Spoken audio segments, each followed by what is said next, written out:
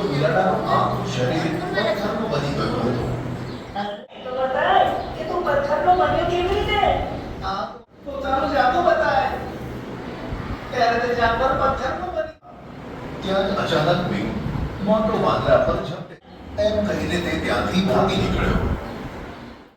થોડા દિવસો પછી જ્યારે શેરખાન જંગલમાં પાછો આવ્યો, પેલા જાનવરોએ બિલકુલ સસલા વિશે તેમને બધી વાત કરી. જ્યાં છે ત્યાં જ રહેજે. તેણે જોયું કે શેરખાન દોડતો હતો. આમ કહીને ચીંકી સાથે હાથાપાઈ કરવા અને ઘણા મોટા મોટા જાનવરોને પથ્થરના બનાવી દીધા અને જંગલમાં તેની બીક ફેલાઈ.